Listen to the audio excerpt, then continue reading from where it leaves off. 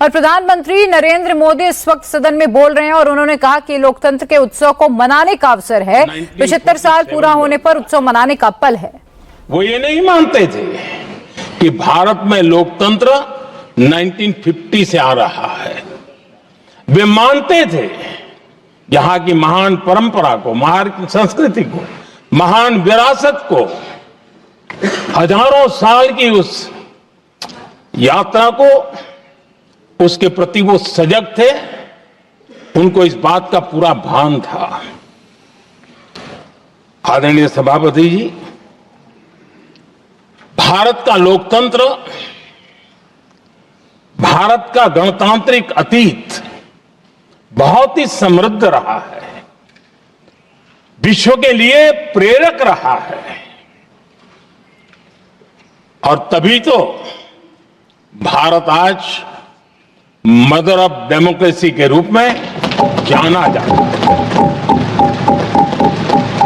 हम सिर्फ विशाल लोकतंत्र है इतना नहीं, हम लोकतंत्र की जननी है। आदरणीय सभापति जी,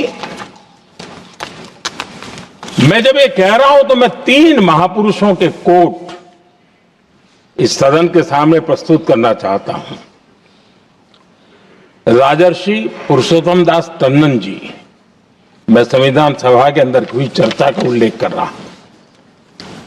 उन्होंने कहा था, सदियों के बाद हमारे देश में एक बार फिर ऐसी बैठक बुलाई गई है, यह हमारे मन में अपने गौरवशाली अतीत की याद दिलाती है, जब हम स्वतंत्र हुआ करते थे, जब सभाएं आयोजित की जाती थी जिसमें विद्वान लोग देश के महत्वपूर्ण मामलों पर चर्चा करने के लिए मिला करते थे।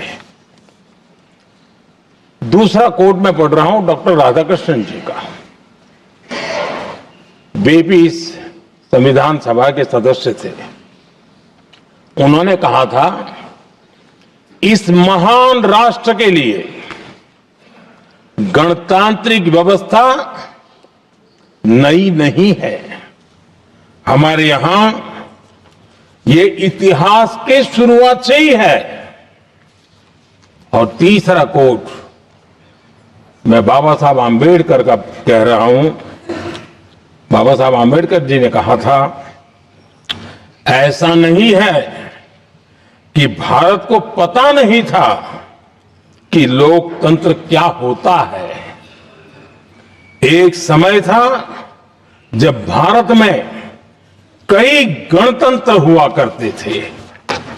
आदरणीय सभापति जी, हमारे संविधान के निर्माण की प्रक्रिया में हमारी देश की नारी शक्ति ने संविधान को सशक्त करने में बहुत बड़ी भूमिका निभाई थी। संविधान सभा में 15 माननीय महिला सदस्य थी और सक्रिय सदस्य थी। मौलिक चिंतन के आधार पर उन्होंने संविधान सभा की डिबेट को समृद्ध किया था और वे सभी बहनें अलग अलग बैकग्राउंड थी, अलग अलग क्षेत्र की थी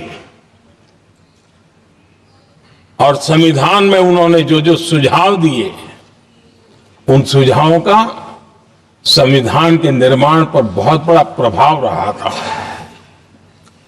और हमारे लिए गर्व की बात है कि दुनिया के कई देश आजाद भी हुए, संविधान भी बने, लोकतंत्र भी चला, लेकिन महिलाओं को अधिकार देने में दशकों बीत गए थे।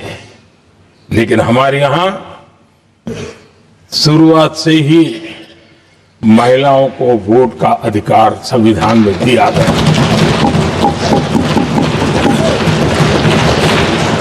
आदरणीय सभापति जी, जब G20 समिट हुई, उसी भावना को आगे बढ़ाते हुए, क्योंकि संविधान की भावना को लेकर के हम सब जीने वाले लोग हैं, हमने G20 की अध्यक्षता के दरमियान विश्व के सामने विमेन लेड डेवलपमेंट के विचार रखा और विश्व के अंदर विमेन डेवलपमेंट से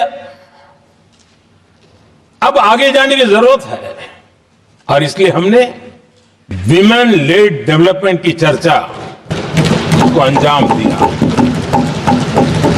इतना ही नहीं, हम सभी सांसदों ने मिलकर के एक स्वर से नारी शक्ति बंधन अधिनियम पारित करके हमारी महिला शक्ति को भारतीय लोकतंत्र में उनकी भागीदारी सुनिश्चित करने के लिए हम लोगों ने कदम उठाए। आदरणीय सभापति जी, आज हम देख रहे हैं हर बड़ी योजना के सेंटर में महिलाएं होती है।